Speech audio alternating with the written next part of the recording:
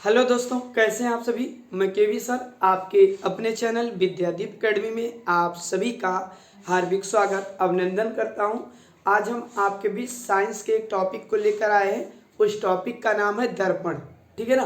दर्पण किसे कहते हैं, दर्पण कितने प्रकार के होते हैं और अभी तक जो एग्जाम हुए हैं दर्पण में क्या क्या प्रश्न बने हुए हैं, सारी चीज़ पर चर्चाएँ की जाएंगी।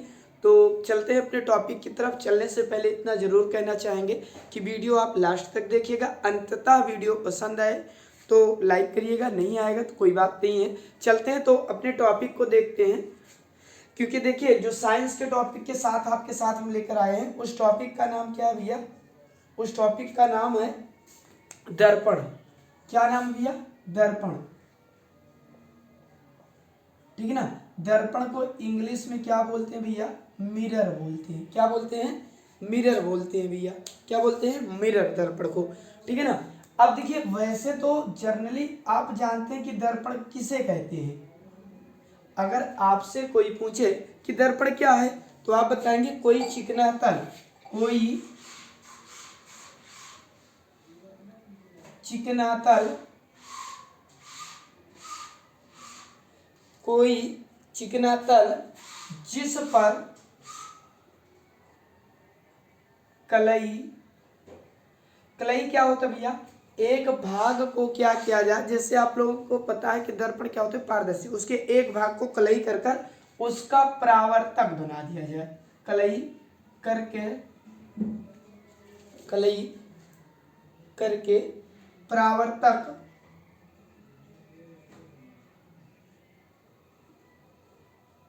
बना दिया गया हो, दिया गया हो, गया हो, दर्पण कहलाता है। क्या कहलाता है भैया, दर्पण कहलाता है।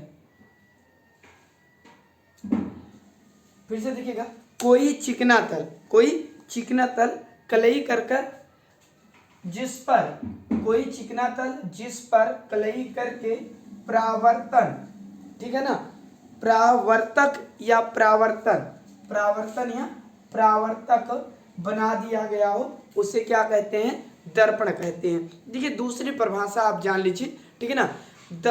वह चिकना तल जो प्रकाश को लगातार क्या करता रहे, परावर्तित करता रहे, क्या कहलाता है, दर्पण कहलाता है। ठीक है ना। प्रश्न यहाँ दर्पण से नहीं पूछते, दर्पण के प्रकार से पूछते हैं। ठीक है ना। तो अगर दर्पण की प्रकार की बात करेंगे, दर्पण के प्रकार, तो दर्पण दो प्रकार के होते हैं। पहला तो होता है समतल दर्पण भैया। कौन सा दर्पण, समतल दर्पण। और दूसरा क्या होता है, गोलीय दर्पण। क्या होता है, गोलीय दर्पण।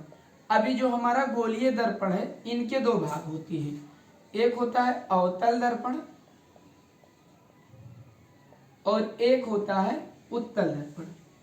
कौन सा दर्पण भैया, उत्तल दर्पण। अवतल दर्पण को अभिसारी दर्पण कहते हैं। कौन सा कहते हैं, अभिसारी दर्पण। ठीक है ना। और उत्तल दर्पण को क्या कहते हैं, अपसारी दर्पण। कौन सा, अपसारी दर्पण। ठीक है ना।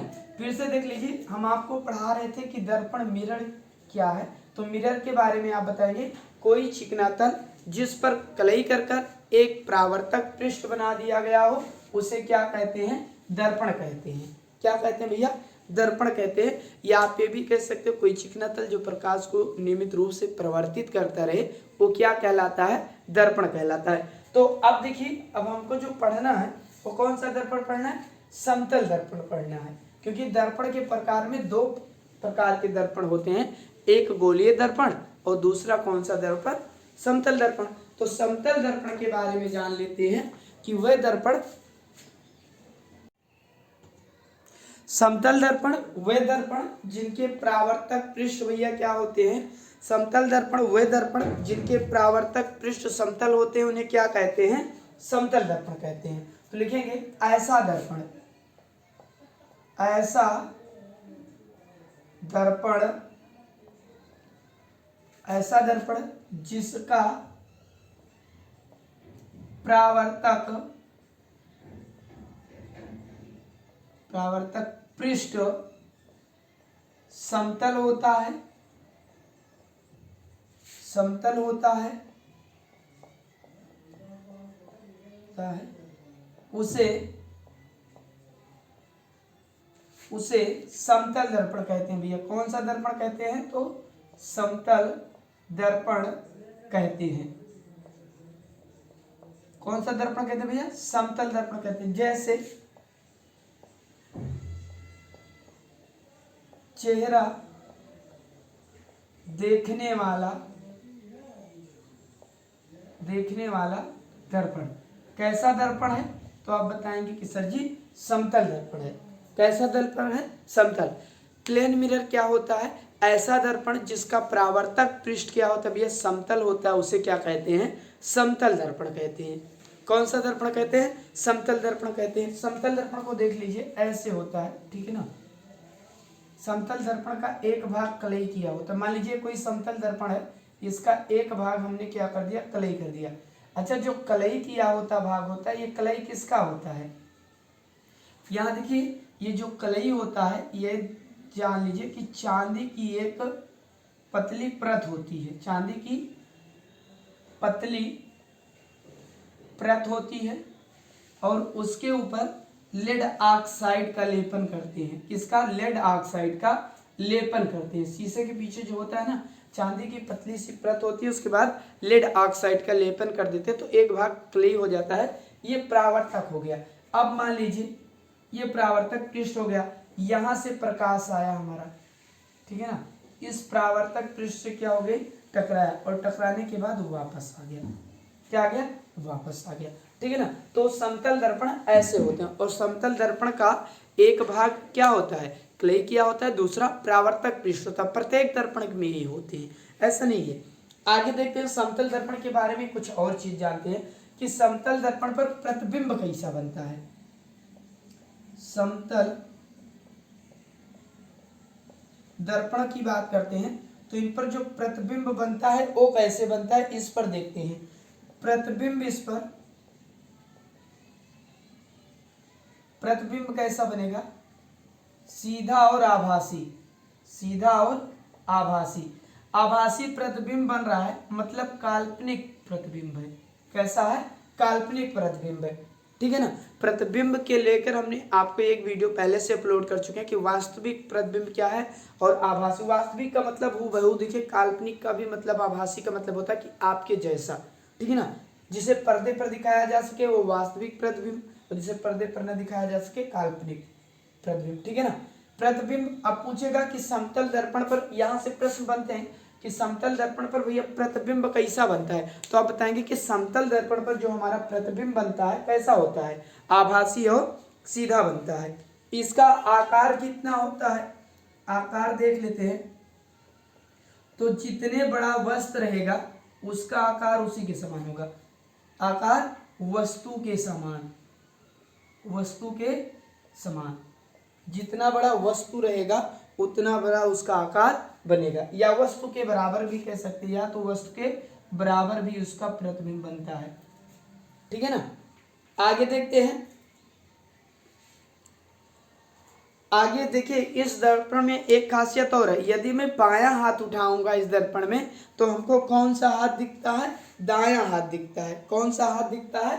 दायां हाथ दिखता है, ठीक है ना। समतल दर्पण के प्रतिबिंब को यानी जो समतल दर्पण का प्रतिबिंब होता है भैया, इसे पर्दे पर नहीं दिखाया जा सकता है।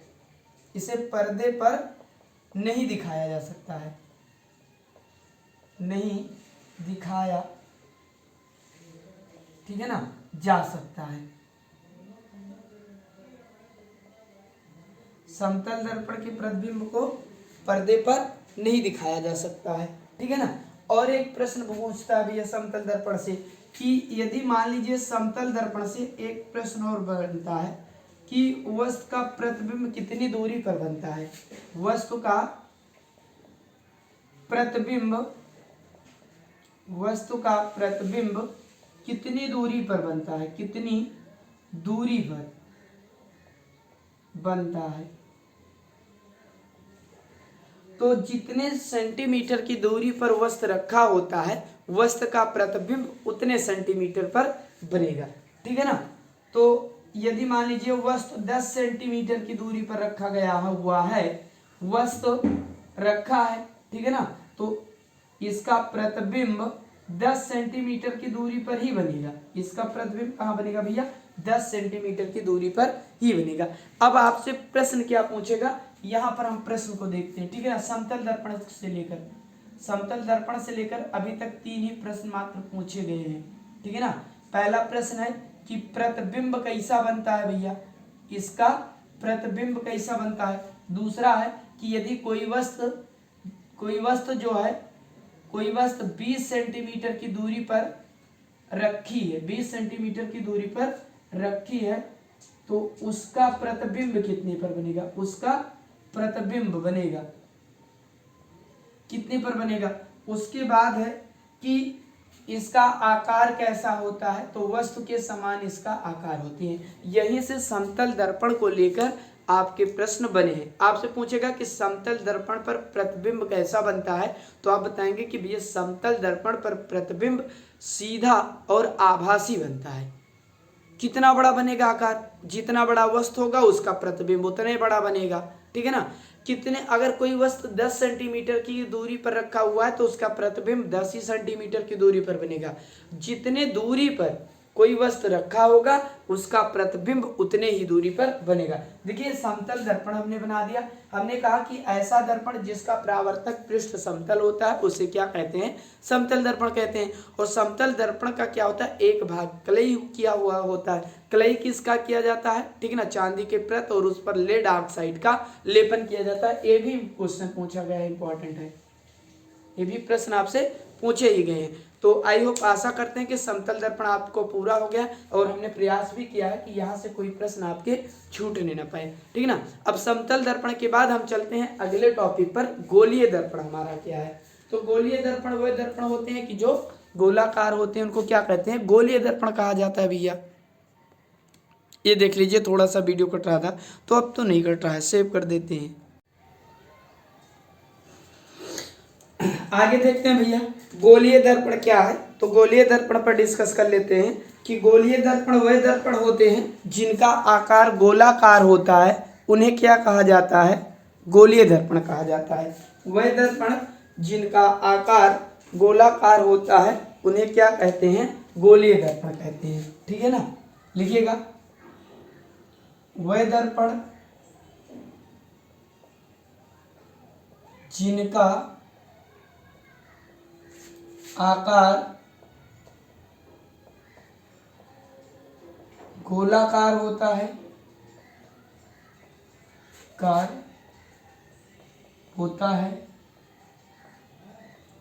उन्हें गोलीय दर्पण कहते हैं। गोलीय दर्पण कहते हैं। ठीक है ना। यहाँ से प्रश्न आता नहीं है। गोलीय दर्पण के प्रकार देखते हैं भैया।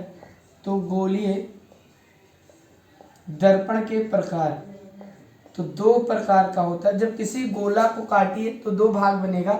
एक बाहर का भाग उभरा हुआ बनेगा, जैसे आप तरबूज को काटिए तो बाहर का भाग क्या होता है? उभरा हुआ, और अंदर का भाग क्या हो जाता है?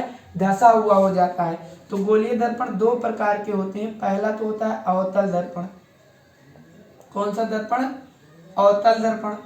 और दूसरा क्या होता है? उत्तल दर्पण। क्या होता है? उत्तल दर्पण। तो इन्हीं दोनों दर्पणों के हमको क्या करना है? अध्ययन करना है। यहीं से ही आपके पेपर में प्रश्न क्या होते हैं? पूछे जाते हैं। यहाँ से प्रश्न पूछे गए। समतल दर्पण में कई बार प्रश्न पूछा कि कोई वस्तु 20 सेंटीमीटर की दूरी पर रखा है तो उसके प्रतिबिंब कितने सेंटीमीटर की दूरी पर बनेगा। जिनको नहीं पता है वो आधा भी कर देते हैं और दुगना भी कर देते हैं। तो ऐसा नहीं करना है। अब देखिए हम टॉपिक में देखते हैं अवतल दर्पण को क्या। ठीक है ना भैया। अवतल दर्पण देखते हैं। तो अवतल दर्पण, पहले चीज इसका दूसरा नाम देख लेते हैं अवतल दर्पण का। ठीक है ना। इसका जो उपनाम है अभिसारी दर्पण। कौन सा दर्पण भैया?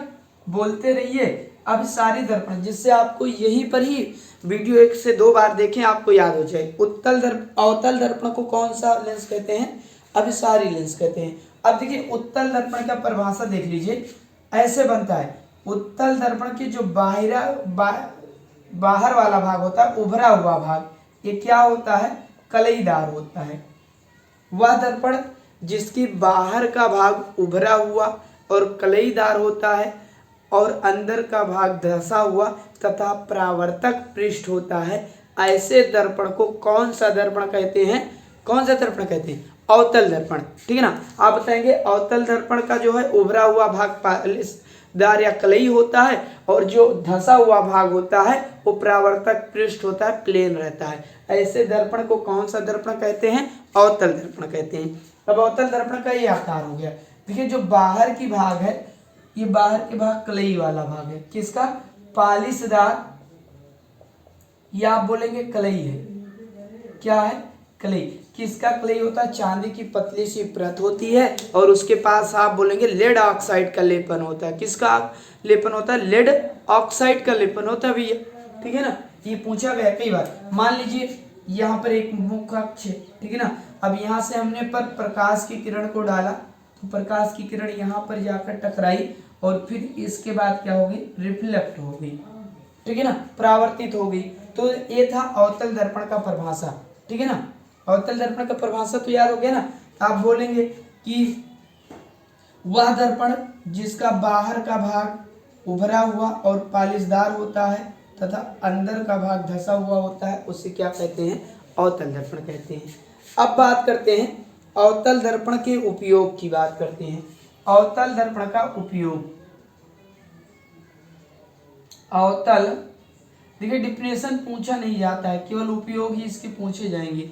उपयोग, तो पहला उपयोग नाक, कान, गला के चिकित्सा जांच में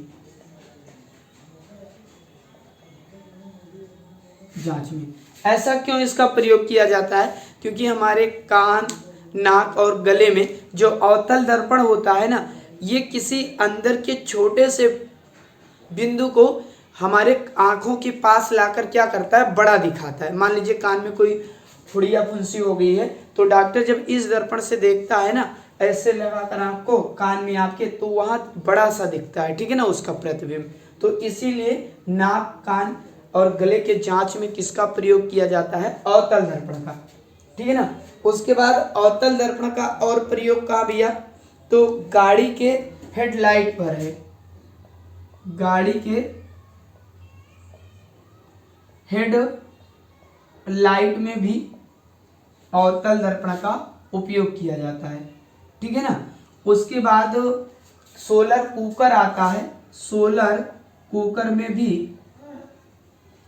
में भी किसका प्रयोग होता है भैया? अवतल दर्पण का प्रयोग किया जाता है। किसका किया जाता है? अवतल दर्पण का।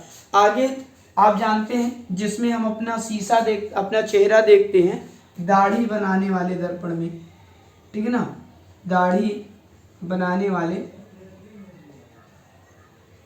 दर्पण भी कैसा दर्पण होता है? अवतल दर्पण होता है। ठीक है ना। तो गोलीय दर्पण पूछा ही नहीं जाता है। पूछा जाता है तो आपसे अवतल दर्पण, वो तो हमने आपकी जानकारी के लिए बता दिया कि वे दर्पण जो गोलाकार होते हैं, खोखले गोले के बने होते हैं, ठीक है ना, खोखले कांच के गोलीय दर्पण होते हैं। ठीक है। और जब किसी भी गोला को काटिए, तरबूज को, तो देखिए बाहर का भाग उभरा हुआ और अंदर का भाग धंसा हुआ। और अवतल दर्पण वे दर्पण होते हैं जिनके उभरे हुए भाग पर कलई या पालिशदार होता है और परावर्तक पृष्ठ क्या होते हैं? धंसे हुए होते हैं। ठीक है ना। ऐसे दर्पण को कौन सा दर्पण कहते हैं? अवतल दर्पण कहते हैं। देखिए इसकी परिभाषा भी उतना इंपॉर्टेंट नहीं, बस पालिश और कलई किसकी होती है ये याद रखना है। चांदी की परत और लेड ऑक्साइड का लेपन करने पर एक परत क्या हो जाता है? अपारदर्शी हो जाता है, जिसके कारण दर्पण में हम अपने फेस को क्या कर पाते हैं? देख पाते हैं। ठीक है ना। और देखिए अवतल दर्पण के उपयोग मोस्ट इंपॉर्टेंट है। उपयोग यहां से प्रश्न बनेगा कि कान और नाक, गले के जांच के लिए कौन से दर्पण का प्रयोग किया जाता है? अवतल दर्पण का। कारण कारण ये है कि अवतल दर्पण छोटी चीजों को हमारे आंख के पास लाकर बड़ा प्रतिबिंब बना देता है। ठीक है ना। आगे गाड़ी के हेडलाइटों पर लगते हैं, सोलर कुकर में लगता है और दाढ़ी बनाने वाले के दर्पण में। अब चलते हैं, हमारा जो दूसरा दर्पण है, अवतल तो हो गया भैया, अब उत्तल दर्पण की बात कर लेते हैं। कौन से दर्पण की बात? उत्तल दर्पण। क्योंकि अवतल हो गया है तो उत्तल दर्पण क्या होंगे? उत्तल दर्पण का जो बाहर वाला भाग होगा उभरा हुआ, वो परावर्तक पृष्ठ होगा और अंदर वाला भाग क्या होगा? कलई होगा। ठीक है ना। हेडिंग डाल लीजिए, उत्तल दर्पण। उत्तल दर्पण कैसा दर्पण होता है? तो उत्तल दर्पण, ठीक है ना, उत्तल दर्पण का जो उपनाम है, उपनाम, इसको बोलते हैं अपसारी दर्पण। कौन सा? अपसारी दर्पण बोलते हैं। किसको भैया? उत्तल दर्पण को अपसारी दर्पण बोलते हैं। ठीक है ना। उत्तल दर्पण कैसा दर्पण होता है? तो उत्तल दर्पण जो होता है भैया, जिसका परावर्तक पृष्ठ उभरा हुआ होता है और कलई वाला भाग क्या होता है? धंसा हुआ होता है। ठीक है ना। तो देख लीजिए, उत्तल दर्पण ऐसे होगा भैया, ये जो बाहर वाला भाग होता है ये कलई वाला भाग होता है। ठीक है ना। इस भाग को क्या बोलते हैं? कलई। ठीक है ना। अंदर के भाग में कलई होता है और इस वाले पार्ट को बोलते हैं परावर्तक पृष्ठ। क्या बोलते हैं भैया? परावर्तक पृष्ठ। ठीक है। अब कोई दर्पण मान लीजिए मुख्य अक्ष है, यहाँ से हम प्रकाश की लाइटों को छोड़ते हैं तो यहाँ से टकराने के बाद यहाँ से क्या हो जाती हैं? परावर्तित हो जाती हैं। ठीक है ना, परावर्तित हो जाती हैं। तो ऐसे दर्पण को कौन सा दर्पण कहते हैं? गोलीय दर्पण कहते हैं। आपसे कोई डिफिनेशन पूछेगा कि भैया गोलीय दर्पण का डिफिनेशन क्या है, तो हम क्या बताएंगे? गोलीय दर्पण का उभरा हुआ भाग, उभरा भाग क्या होता है? परावर्तक पृष्ठ होता है। परावर्तक पृष्ठ होता है, उभरा हुआ भाग। ठीक है ना। आगे देखिए, दबा हुआ भाग क्या होता है भैया? दबा हुआ भाग कलई होता है। क्या होता है? कलई या पालिश होता है। कलई या पालिश होता है। तो उत्तल दर्पण का डिफिनेशन तो आपका क्लियर हो गया कि वह दर्पण जिसका उभरा हुआ भाग क्या हो? परावर्तक पृष्ठ हो और दबा हुआ भाग कलई होता है। ऐसे दर्पण को कौन सा दर्पण कहते हैं? उत्तल दर्पण कहते हैं। कौन सा दर्पण कहते हैं? उत्तल दर्पण। क्या कहते हैं? उत्तल दर्पण। ये उत्तल दर्पण का फिगर हो गया। अब आगे देखते हैं कि उत्तल दर्पण के बाद इसका उपयोग भी जान लेते हैं, क्योंकि उपयोग ही हमारे लिए मोस्ट इंपॉर्टेंट है। ठीक है ना। तो अब देखिए, उत्तल दर्पण के उपयोग, ये पहला उपयोग उत्तल दर्पण का उपयोग कैसे, कहां पर करेंगे उत्तल दर्पण का उपयोग? आप लोग बताइए ना। पहला तो देखिए, बसों, ट्रकों, जीप में ड्राइवर के ऊपर एक शीशा लगा होता है जो पीछे यात्री को देखने के लिए लगा होता है। ठीक है ना।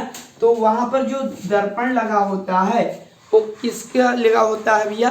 उत्तल दर्पण होता है। क्या होता है? उत्तल दर्पण। ठीक है ना। सीट ड्राइवर के ऊपर लगा होता है, सीट ड्राइवर के पास लगा होता है, के पास लगा होता है। ठीक है ना। उसके बाद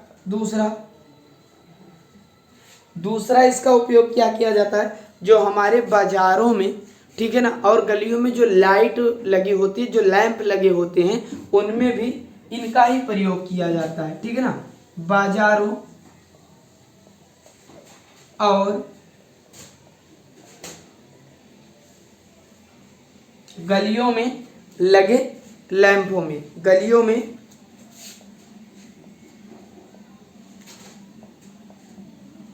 लगे लैंपों में इसका प्रयोग किया जाता है। ठीक है ना।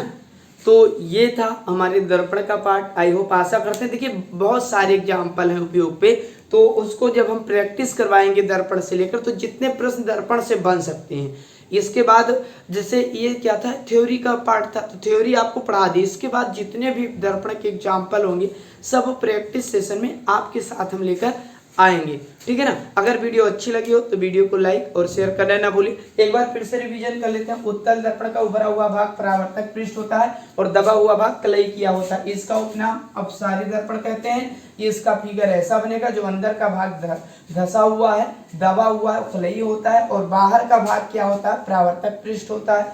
उपयोग बसों या ट्रक या जीप में ड्राइवर के सीट के पास ऐसे लगा होता है, जिससे पीछे के यात्रियों को देखे जाते हैं, ठीक है ना। बाजारों और गलियों में जो लैंप लगे होते हैं उसमें भी किसका प्रयोग किया जाता है, उत्तल दर्पण का प्रयोग किया जाता है, ठीक है ना। तो मिलते हैं नेक्स्ट किसी वीडियो में छोटे से वीडियो के साथ। तो आप लोग जरूर बताइए वीडियो कैसी लगी। वीडियो अच्छी लगी तो वीडियो को लाइक शेयर करना और चैनल को सब्सक्राइब करना ना भूलें। जय हिंद, जय भारत।